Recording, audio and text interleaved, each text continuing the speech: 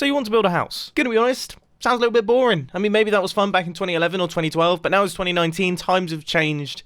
I can't be bothered to build houses anymore. I've built hundreds of them in Minecraft. So today, I'm going to build a redstone contraption that builds houses for me. Now, is this the first time I've done this? No, absolutely not. In fact, I've done it a bunch of times in the past. One of my first most popular videos was a self-building house. But every time new technology comes along, self-building houses get slightly easier. And today is the easiest one yet. He says, very confidently, before he's even started building it, that, yeah, I might regret... I regret saying those words. Okay, so first things first, I've got myself set up with a massive area that this redstone build is going to be going into, and the first thing I have to do is work out how big this house is going to be, and then I need to work out how I'm going to open up this hole in the ground so that the house can pop out. Now, I mean, the house isn't going to be ridiculously big. 1, 2, 3, 4, 5, 6, 7, 8. 8 by 8 sounds about right. That's a quarter of a chunk, which is quite nice. 5, 6, 7, 8. Yeah, that could be quite a cute little house popping up out of the ground. So stage 1 of the redstone contraption is to actually open up the floor. So we need to create an 8 by 8 trapdoor that is flush with the floor, which, you know, before honey blocks and things, that would have been a big ask, but now that we have honey blocks, that's actually, it shouldn't be too challenging, and the good thing is, it only has to be a one-use thing, which is even better. So I'm guessing, well, obviously we need the piston that is going to move it downwards, and then we just need a flying machine over here.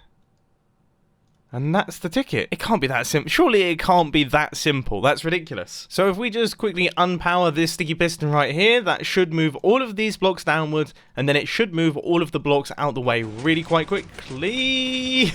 Okay.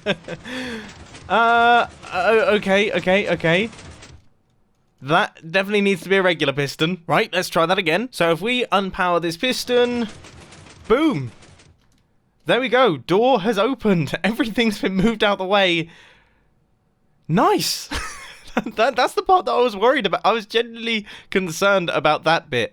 All right. Okay. So let's put a bunch of those in place. I guess we need 16 of them, and that will open up this entire thing. So here we go. We're getting there. We just need to make sure that we don't place honey blocks next to honey blocks, and we don't place slime blocks next to slime blocks, and then we're good. And I know I've said this every single video I've worked on a honey block contraption, but how cool is this? Like, how cool is it that we actually have the ability to do this stuff in Minecraft now? Even PewDiePie's getting involved. I mean, he made a flying Swedish meatball, and he mentioned me in his video, which was surreal. I fanboyed, not gonna lie. I also watched the stream where he made the flying Swedish meatball, and he mentioned me there, and I fanboyed there too. I'm not embarrassed to admit it, okay? I'm a grown man and I'm fanboying. And you know what? Even me mentioning it right now is making me fanboy a little bit more. This is just a never-ending cycle. Anyway, moving swiftly on, backups have been made, because I'm about to do the first full test of our opening system. So, let's see what happens here then. Ooh.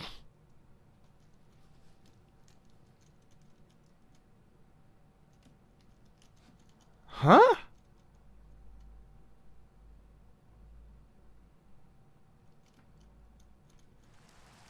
Yeah. No, I agree, Minecraft. I agree. I think it's the repeaters updating the observers. Let's see if that fixes it. It didn't, but now after a few more attempts, I reckon... Oh, let's try again. Multiple more times. And go.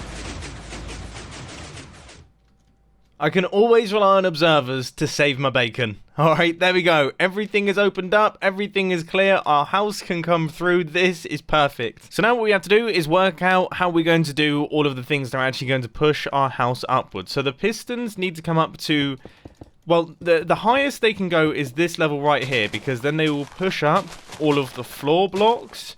So then underneath each one of those, we're going to have an observer... And then we would have something like a honey block or a slime block. But that is not going to go past our observers. They'll get stuck. Okay, no, okay, so we can just reduce the amount that these things push. So there'll be one block of dirt underneath, like that, and our honey blocks and things will actually... That means that they will automatically stop as well. That's actually quite helpful. Like, them being like that is actually quite handy, because they will automatically stop when they crash into these observers here, because this is going to max out the 12 block push limit. So that's worked out really, really well without me really expecting it. So now it's house building time. And now house building time is over. I've got the outside all worked out. It looks quite cute. I would actually quite like to live in this thing. Oh, we need, yeah, little balcony set up. Maybe something like that. You know, little balcony. I think that works. And now with the interior all done as well, this is the thing that is going to be constructing itself up on the top. So now we need to just place in all of the things underneath that are going to be pushing it upwards. Which really was a terrible explanation as to what's going to be going on. So the first thing is like the piston pushers, the wall of pistons, I guess. And that is going to be... It's almost a little bit similar to what we have going on here, but we have alternating honey blocks and slime blocks as always, and then we've got all of the observers, and then we have all of the pistons. So every single time one of these gets moved upwards, all of these observers will fire, causing all of these pistons to fire, and that means that we can push up to 12 blocks vertically. But you know what I've just realised? Oh, I have built this in my backup world. The doors are opened, okay? They shouldn't be open, they should be closed. But I can't close... You have to rebuild all of this top section to close it. But I've already done all of this. So I am going to have to rebuild the top section. But that's fine. It's fine. It's fine. I think I've got my flying machine worked out. So this little thing right here will take off. That will push that up, which will push that up, which will push the entire house up. So... Just like pretty much everything else in this build, 16 of them are required. We need to tile all of these things, and these will all be working together. And now that they're all in place, I just want to see if they even work. Now, our house is going to collapse in on itself, okay? So don't expect anything special here, but I want to see if they actually move. Look at the house! Alright. Oh, no way, that actually works. It's a self-building ruin. But if we don't want it to be a ruin, then we need to use a tried and tested technique. Now this is the technique that I used on my first ever self-building house. And to this day, there's no better way to do it. To be honest with you, this is the smartest way to do things. So you just surround everything with infested stone, right?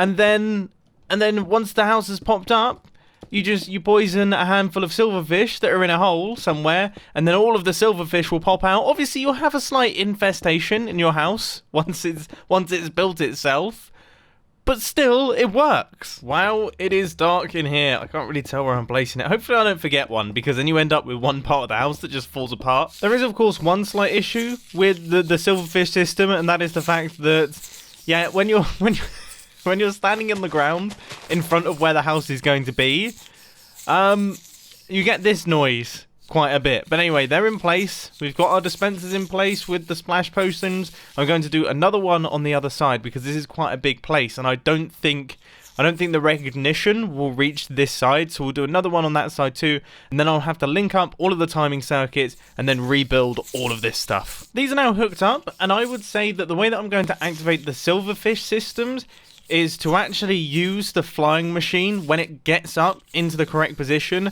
then I will send a signal from that into these things, because obviously we want that happening right at the very end. But I've just thought, actually, these guys, they need to be renamed, otherwise they're not going to be there for very long. They're going to despawn pretty quick. So after about 30 minutes of getting everything prepared, I think we might be good to go. All the redstone is covered up. All we have is a little meadow right here, but this little button is going to open up everything. I have my fingers very crossed. Okay, there is the reveal. And then here it comes. Okay, so there is our house. And then hopefully... No way, it actually works. Oh my goodness. So yeah, the silverfish infestation is pretty serious. Okay, there's a lot of silverfish around here. Oh, and there's still some up at the top of the ceiling, but you know what? That actually looks quite cool, so I'm just going to ignore that because this house is actually very pretty. That is so smooth. I mean, look, that's just appeared out of the ground. That has just built itself out of the ground. If only there was some way that I could then pull it down underneath the ground, which I'm sure you might be able to do now with crazy honey block structures, then that would be awesome, but I am not smart enough for that. But still, I love this thing, and I love self-building houses. They're one of my favourite redstone contraptions to work on, so I really do hope that you enjoyed this video, and I'll catch you in the next one. See ya! Honestly, this video brought back so much nostalgia. I remember the first self-building house that I did was probably one of my first really large-scale redstone projects. I can't even remember how I did it. I did some weird stuff to make it work, and I know I had TNT dropping in from the top and things. I don't know, I might have to go back and watch it.